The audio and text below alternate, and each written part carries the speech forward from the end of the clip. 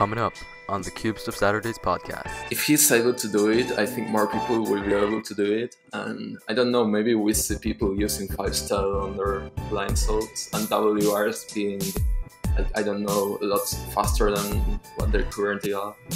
What's up? My name is Max Chan, aka MC Stuff, and you are listening to episode 12, season 2 of the Cube Stuff Saturdays podcast. Enjoy.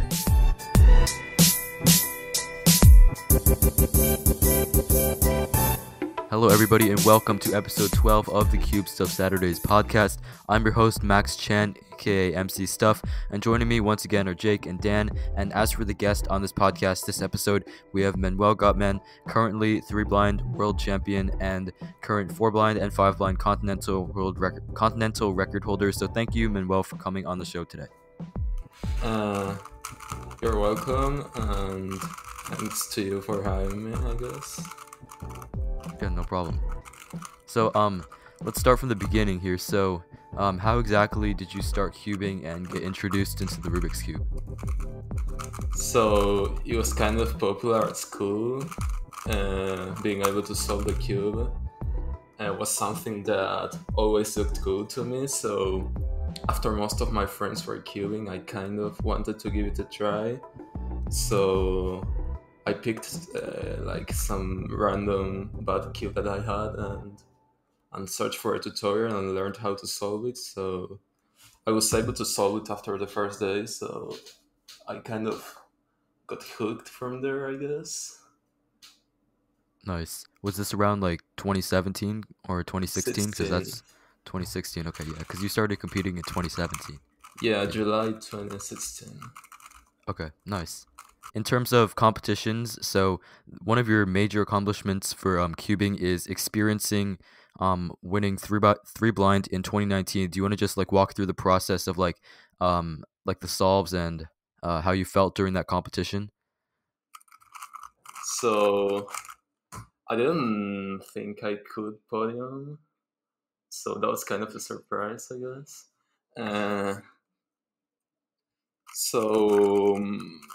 Getting a podium was like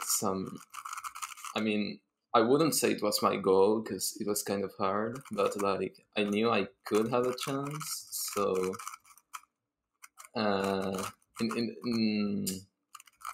first I wanted to get a sub 20 single because I didn't have one before Worlds. So in the first round I got a 19 plus 2. And in the second round I got a 20.00. Yeah, I saw that on your profile, WCA profile, yeah. But on the last solve of the finals, I did get that sub 20, and that was an epic way to get my first sub 20. Yeah, I see. So, nice. Yeah, I'm really proud of that. Actually, I was going for the mean. Like, I wasn't expecting myself to get a sub 20 on the last solve. Like, I thought, okay, let's try to get a decent solve and break my PR mean. Yeah. And now in terms of blind, you're obviously really talented and blindfolded. So where do you see like the records in the future? Like let's say 5 years down the road, and let's start actually with 1 year down the road and then 5 years after that. Like where do you see the records going? So when comps are back, I think the current WRs are slow compared to what people are getting at home. So I wouldn't be surprised if as soon as comps are back, someone gets a sub 18 min at least. And I definitely see people getting 16 mins in less than 2 years from now officially. And in 5 years, I don't know honestly, because I really hope that there's some kind of new method that gets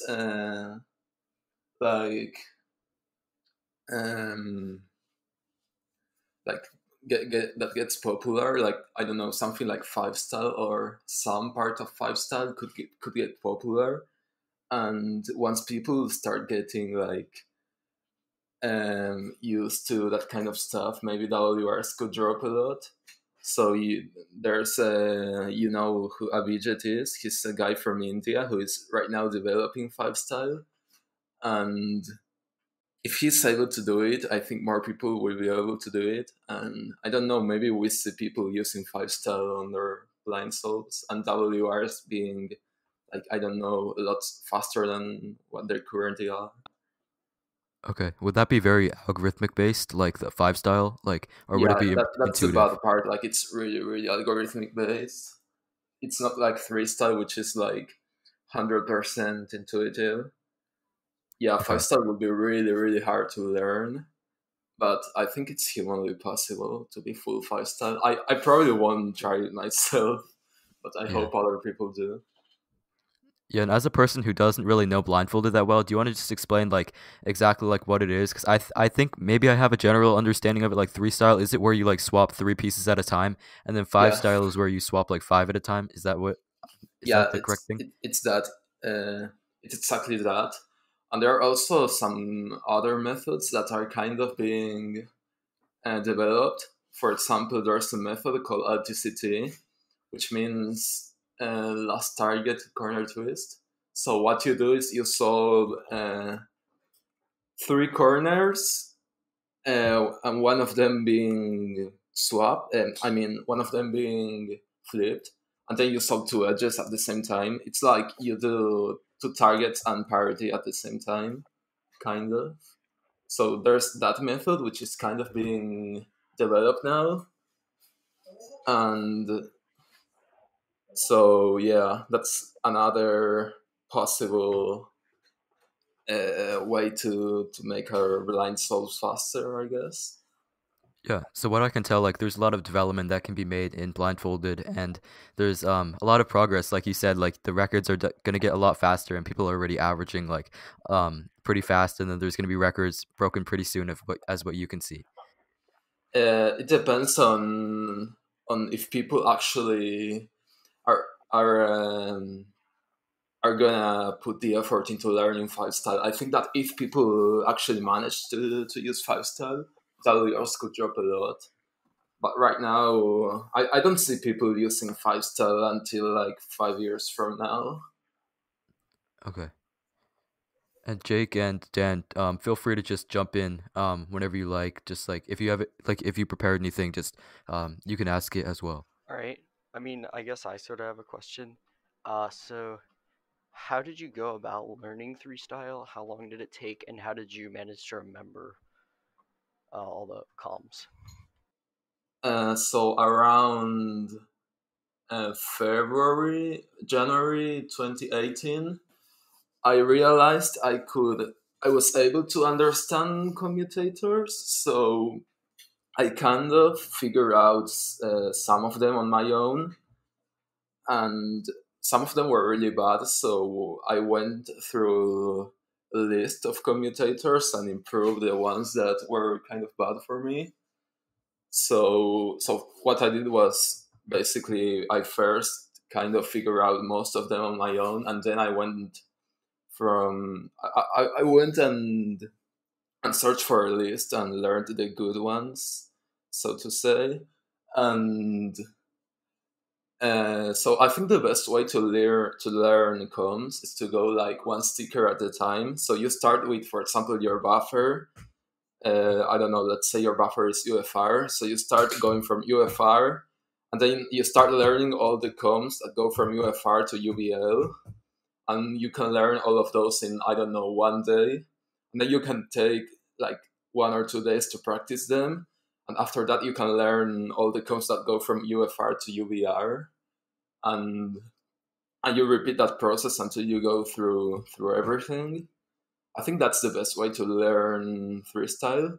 And in terms of how much it took me, probably like 2 months to get to be like comfortable with it, or maybe a little bit more. And how did you like drill it? Did you use like CS timer? Are there like certain sets of scrambles, or did you just like I don't know, just do it when it came up in solves? Uh, I mostly did cited like execution only solves without focusing on the memo, because that's something I already knew how to do. So I was focusing on being able to do the new comms. Okay, nice. And then Dan, what about you? Did you have anything you want to mention? Yeah. I just wanted to ask, when was your first successful blind solve, and how long did it take? My first success, Yeah. I think it was in like uh, May 2017, and I think it was my sixth attempt, and I can't remember the time. I think it was something like 8 minutes. Oh, that's pretty fast. Mine was 15 minutes, and I thought that was pretty And decent. Mine, my first what success was number of 28 minutes, attempt? and I knew it was terrible. What number of attempt? Similar to you, maybe around like 8 or 9, maybe 10 I think for or something me, like that. yeah, Did you same. learn from a YouTube tutorial as well? I learned from a tutorial in Spanish. Okay. Oh, Jake, go ahead. What were you gonna say? Sorry. Oh, right. I said it probably took me around the same amount of attempts. Yeah, I learned from JPerm also. Jake, did you learn from there too? Yep. Okay. And Dan, do you plan on learning blind in the future as well? Yeah. Hopefully, yes. Yeah, and I guess one thing to Manuel is what advice would you tell somebody who wants to start getting faster at blind? Like for example, like maybe somebody has like a couple successes and maybe they're like sub 10 on blind just using beginner's method. Where should they go from there? Uh, I think you should first try to get comfortable with Memo. So like you should be able to instantly know what letter belongs to each piece and to each sticker, and also like being able to trace in, I don't know, maybe 20 seconds or less. So after you get comfortable with Memo, you can easily average like, I don't know, sub 2 at 3 blind if you also try to like and not do a lot of reviews, like doing 2 or 3 reviews at most. And after you are at like around 2 minutes, you can start maybe learning freestyle. I personally don't like other intermediate methods like Orozco, and maybe M2 is kind of a decent method for intermediate because I think OP for edges is really bad. So I think you should learn M2 for edges. Maybe right after you learn OP. But then you should probably you should probably start with freestyle once you're around 2 minutes, 130 maybe. I think that's a good. I think that's a good like moment to start learning freestyle because you're already comfortable with memorizing and stuff. Yeah, good advice there. Thanks. And in terms of blind also, would you say that the cube matters? Like using a stickerless cube or a stickered cube? Like what cube do you use by the way for solving blind? You can go My through the current list main of is like 3 through uh, 5 also. my current main is a Tengyun V1, and I really like this cube because it's like super smooth and and it's really consistent. It doesn't pop, it doesn't corner twist, and it's really smooth. I really like the Tengyun V1. And oh, you asked what I use for 4 and 5, right? Yeah, sorry about that. Sorry. I So kind for of interrupted you there. 4, I'm I have the MGC4, but I'm not a huge fan of it. So I probably prefer the also the GTS2M. That's a really good kill. And I can't decide if I prefer that or the MGC4. I think it's kind of a I've matter of taste. And I have then a for little bit of an. 5x5, Oh wait, Oh, yeah, sorry, go I ahead, didn't. Jake. Sorry, I thought you finished. Go ahead. no, I was talking about my 5x5 main. So I currently use the MGC5, and I really like that cube. I think it's, personally for me, it's a lot better than the WRM 5x5 I think it's called the Aochuang GTS. Oh, I can't remember the name of the Moyu 505. It's Aochuang, right? Or Waichuang or something. I think it's the Ouchuang. Yeah, it's the Yeah. newer one. It's really good though. Outrun WRM. Yeah, I don't like the WRM though. Like I Mm. like the GTS one. Not sure how I'd feel about it for 5 blind, but I really like it for 5x5. Yeah, It's but like, the MGC5 is just so good. Mm. And also you do multi-blind as well. So on your WCA profile, it's your highest one is like 17 cubes at a time. Like actually like when 16 competitions start back up. or Also 17. oh yeah, 17. I Yeah, have when 17. okay. So Uh, like when competitions start back up, like you have to bring all those cubes and like I can't imagine like if you think about it like Stanley Chapel or like Graham wait, I forgot like I forgot the other guy's name, but like he's really Graham good at blind. Siggins. Yeah, Graham Siggins, yeah.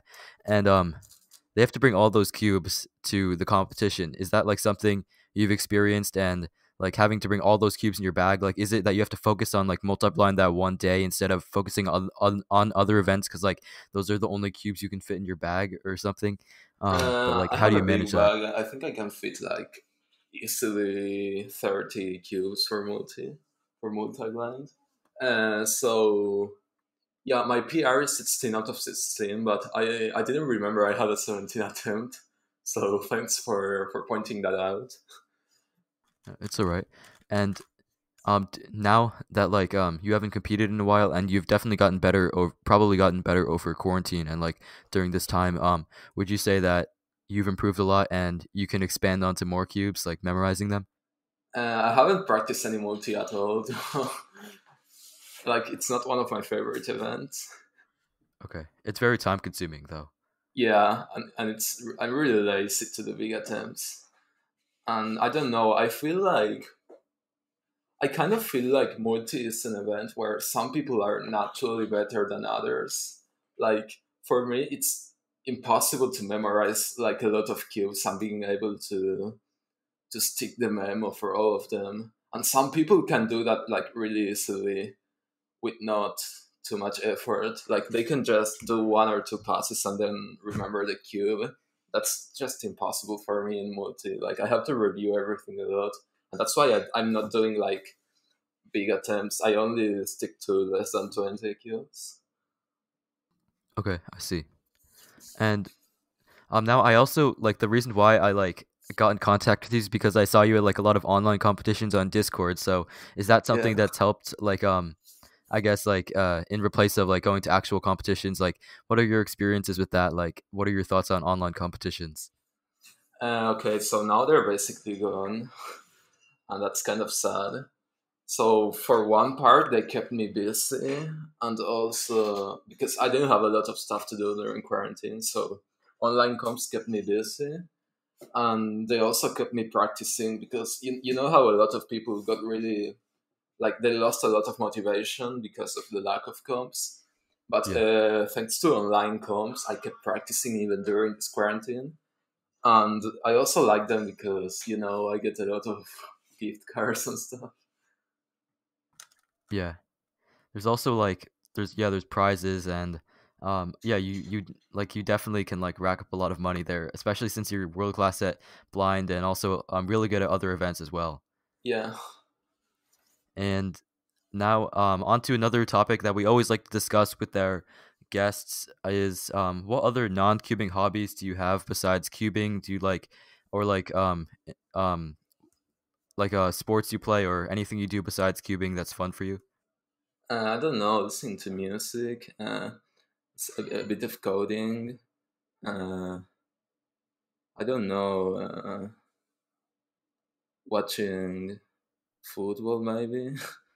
Not the American football, the other football. Okay. So what's your Uh, favorite genre of music? I don't know everything. Nice. Nothing in particular. Jake and Dan, what about you? Do you guys listen to music a lot? not much. Any genre? Nothing in particular. I do listen to music, and it's Christian music because I don't really listen to any other type of music. Oh yeah, you mentioned you play the piano also. So like, Yeah. do you play like do you play like classical music? Cause I also play the piano, or like pop, or I don't know what. Yeah, I can play classical music. Okay, and now So for Manuel, back to him. Um, what is one fact that you think nobody would know about you? It can be cubing or non-cubing, just anything in general that you think nobody would know about you. Honestly, I don't know. Uh, hmm. I can't think of anything right now. Okay, it's fine. We can skip this one if you want, or we can come back to it. Yeah, I'll try to think in the meantime. Okay. You can keep asking questions. All right. Actually, yeah. Let's actually turn this to Dan and Jake. Also, any I think I might have asked this to you guys like a couple months ago, maybe. But like, what is a fact that you think nobody would know about you?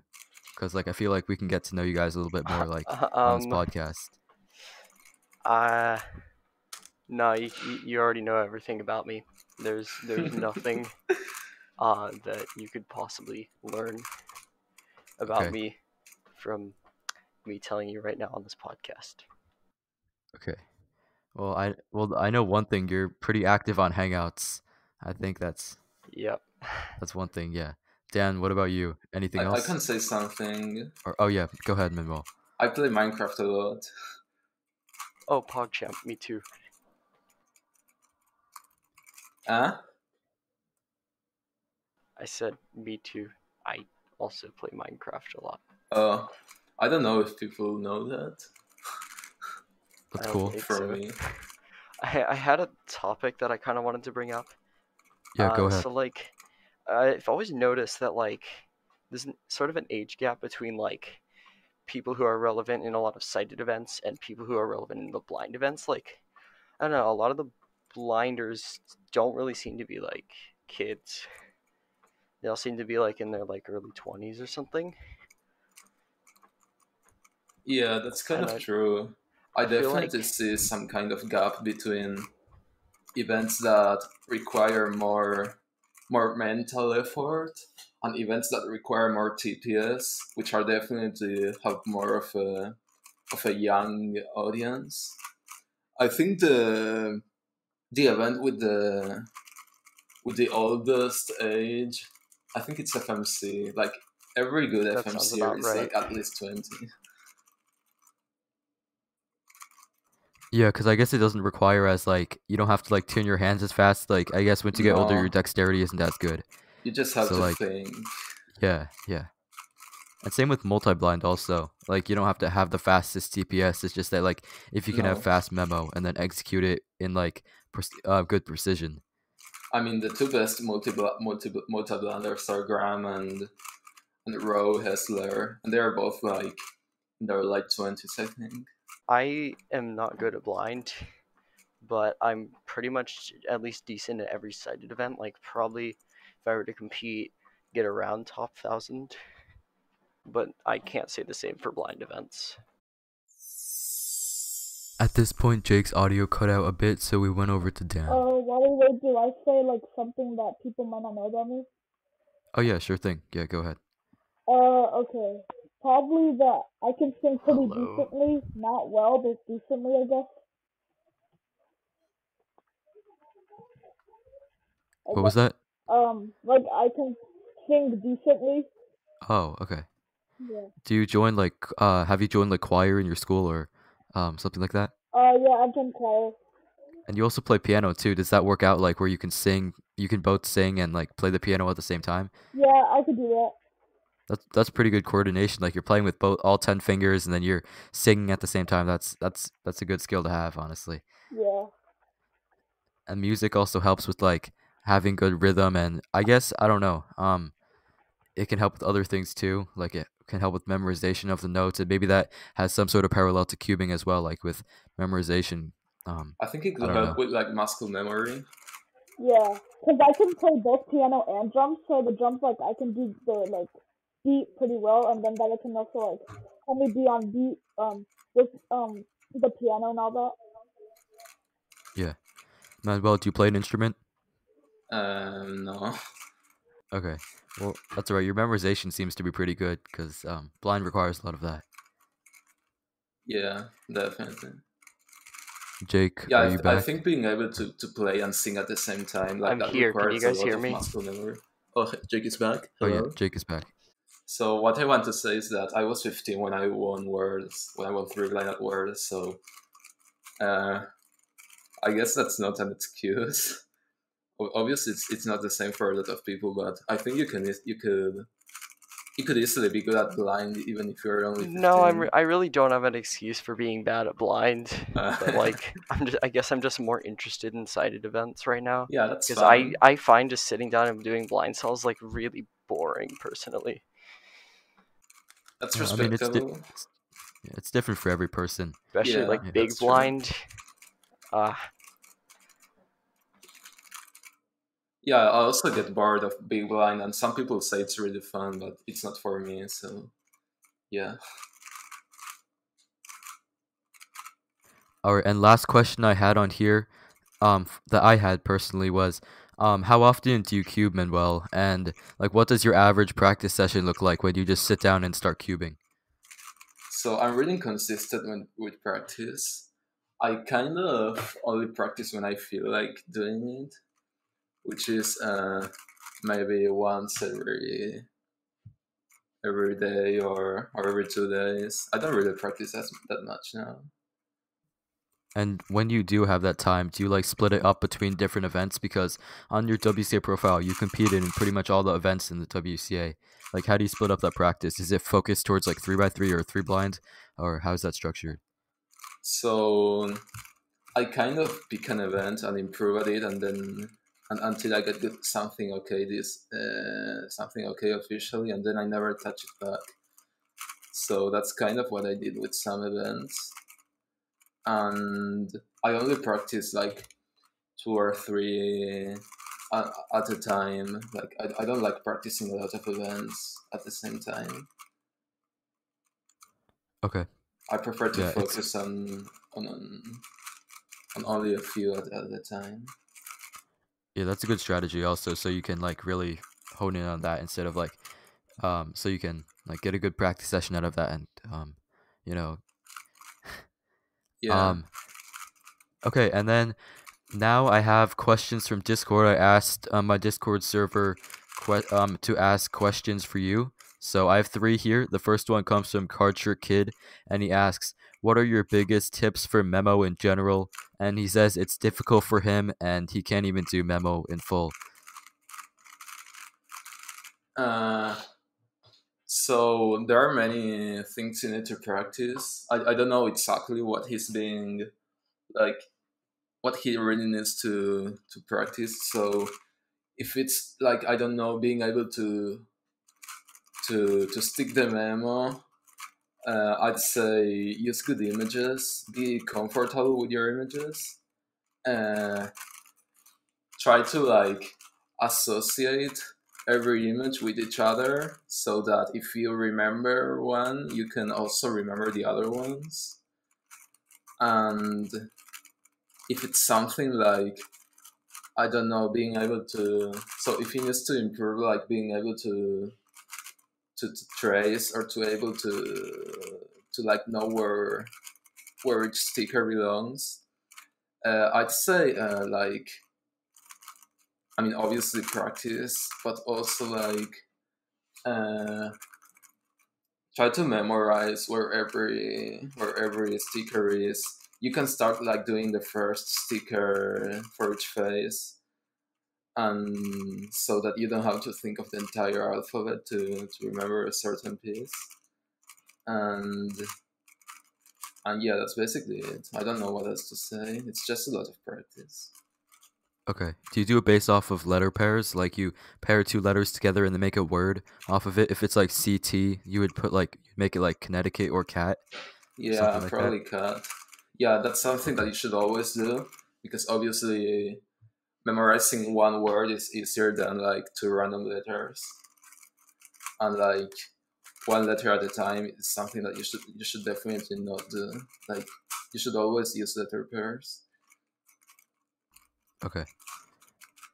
And the next question comes from Unbox Cuber, and he asks, "What is your biggest inspiration?" I guess it can be like a person or just like, I don't know, just anything in general. Being fast. I don't know. I'm a really competitive person. I want to be better than everyone. Yeah, I can tell that. I That's don't think why you there's have a lot of success. I don't think there's anyone in particular that motivates me. It's mostly just myself and trying to get faster all the time. Nice. And then the last question here comes from Micah Morrison, and he asks, "Any advice for getting three-style comms into muscle memory?" I guess this, I think you sort of answered this one before, but can you just briefly, I guess, go over that again? And drill them a lot. Like just sit on your table with your cube.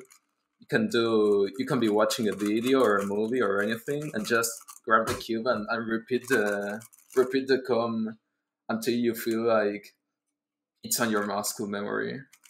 So just drill a lot, and yeah, I mean you can be like watching anything while you do it. Like it's not like you need to particularly like it's not like you have to sit and do a session only of drilling. Like you can do it at the same time you do anything else. Basically, I don't know if you understand what I'm trying to say.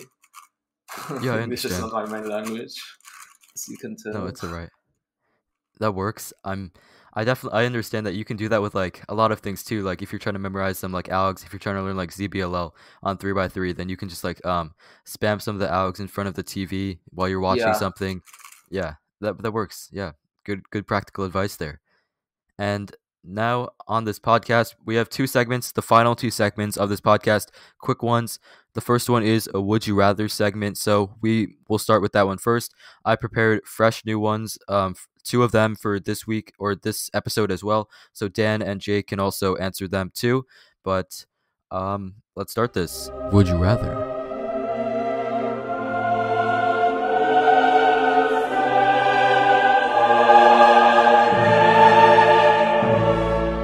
So, the first would you rather question I have is, would you rather have to use your right hand for OH or not be able to use your thumbs for 3x3? definitely my right hand for OH, because I mean it only affects me for one event, while the thumbs, not being able to use my thumbs, affects me for like everything. Yeah.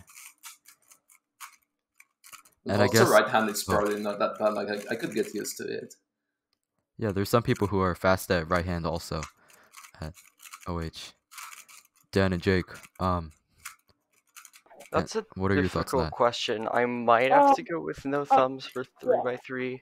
Cause if I think I practice a bit more OH than two-handed. And I just really can't use my right hand, but I guess I could adapt if necessary.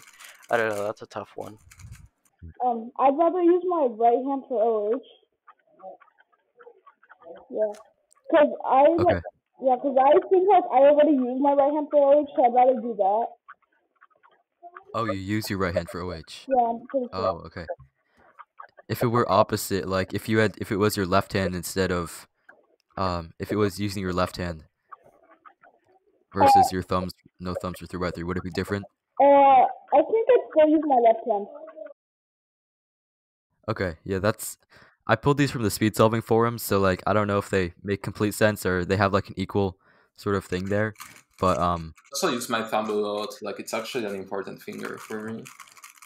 yeah, I feel like that'd be like some sort of like cubing challenge that would be like that like maybe JPerm or some sort of cuber would make on the channel. That's be like, oh, I'm solving a cube without my thumb, solving like a 3x3 without their thumbs, and I don't know. That's just something that I feel like would be like a challenge.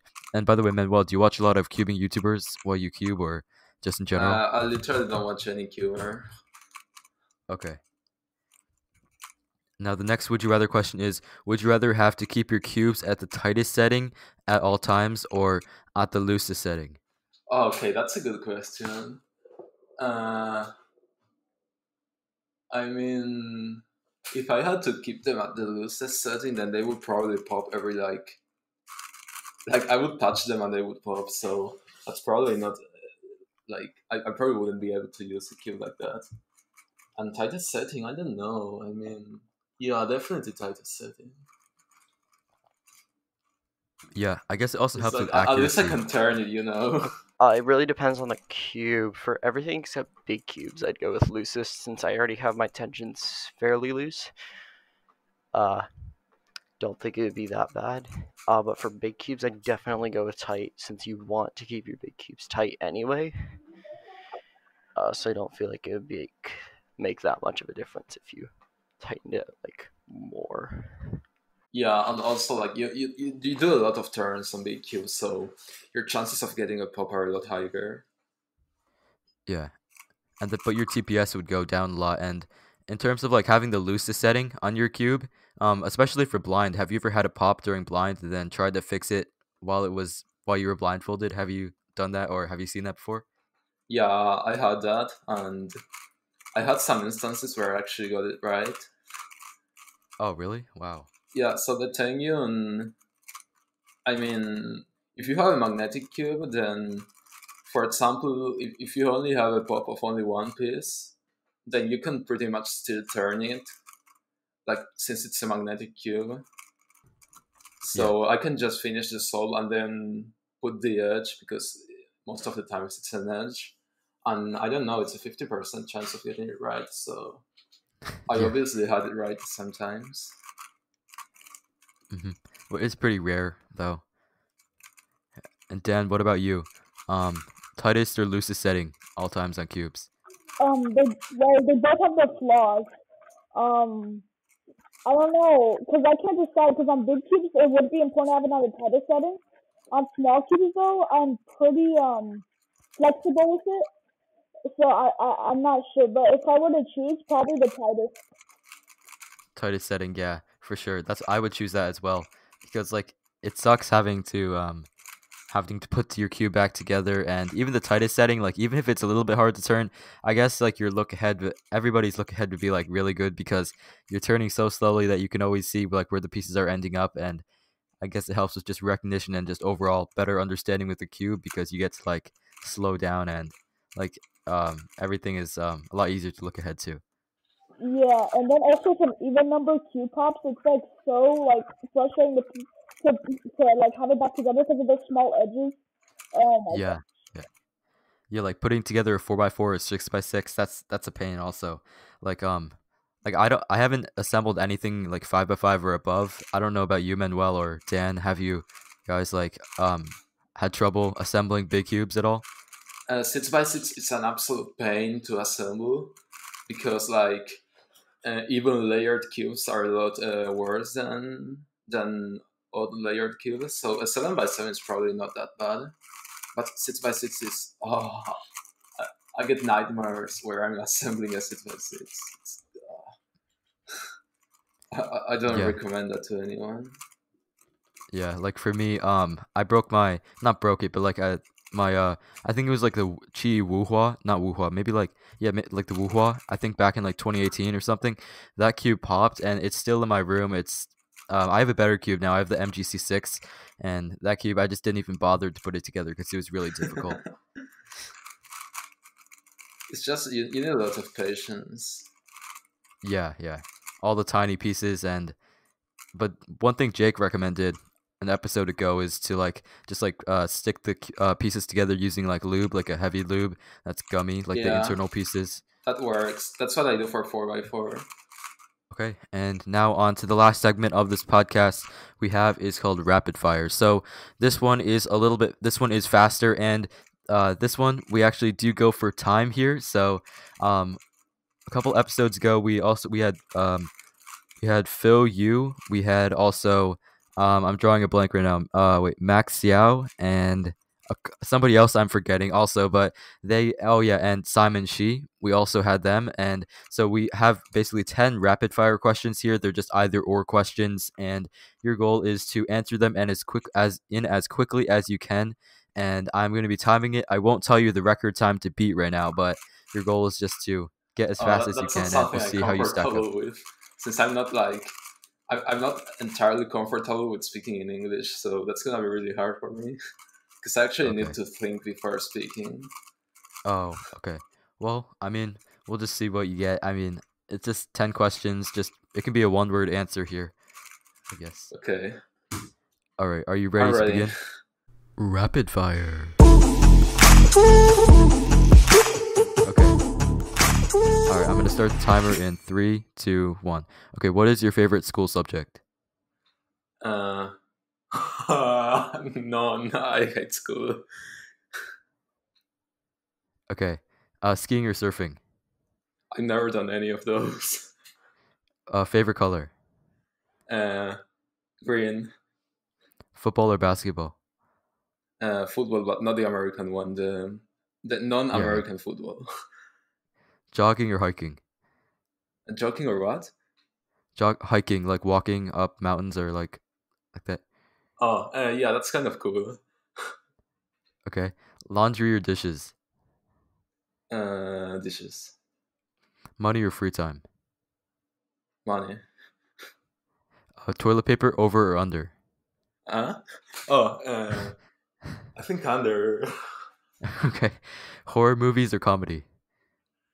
Comedy. Console gaming or PC gaming? Basic gaming. All right, I stopped the timer. That was all 10 questions. Unfortunately, that doesn't beat the record, but you do have the best non-American record because all of the people that I've done the podcast with so far who have been timed are American, and that's a pretty good. That's you did a pretty good job there. 1 I minute have and 1 the second. non-English as first language record, I guess. Being the Yeah, one who did it. yeah. You have pretty good English, even though it's not your first language there. Okay, so how did you exactly learn English? Was it like through school or something else? Yeah. So first, I had some basic English at school, and after that, I just like watch a lot of series and movies in English. So I practice a lot from that. And then I think what made me be decent at English is playing a lot of Minecraft in like servers and actually talking to people. Oh, okay. So yeah, you could say I speak English because of Minecraft. Mm. And English is a really hard language to learn also, No, I'd it's say. not. Mm. It's a lot easier than Spanish. All right, so thank you, Manuel, and thank you, Jake and Dan, for also coming on the podcast. You're And now welcome.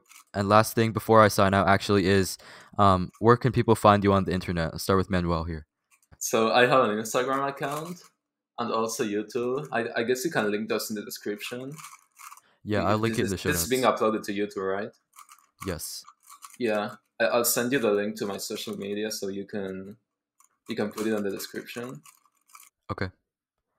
And Dan and Jake, I'll also plug your stuff in the show notes as well. This is the end of the episode 12, season 2 of the Cubes of Saturdays podcast. Thank you once again for reaching the end of this episode. Maybe once again, who knows? But if this is your first time, be sure to hit that subscribe button down below. If you're watching from YouTube, subscribe on whatever podcasting platform you're listening on. Be sure to rate the podcast if you can.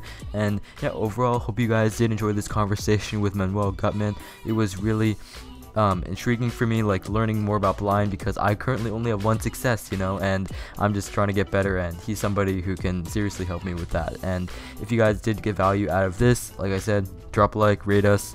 I'd really appreciate it. Thank you so much for listening up until this point. Hope you guys have an amazing day, and as always, happy cubing. Peace.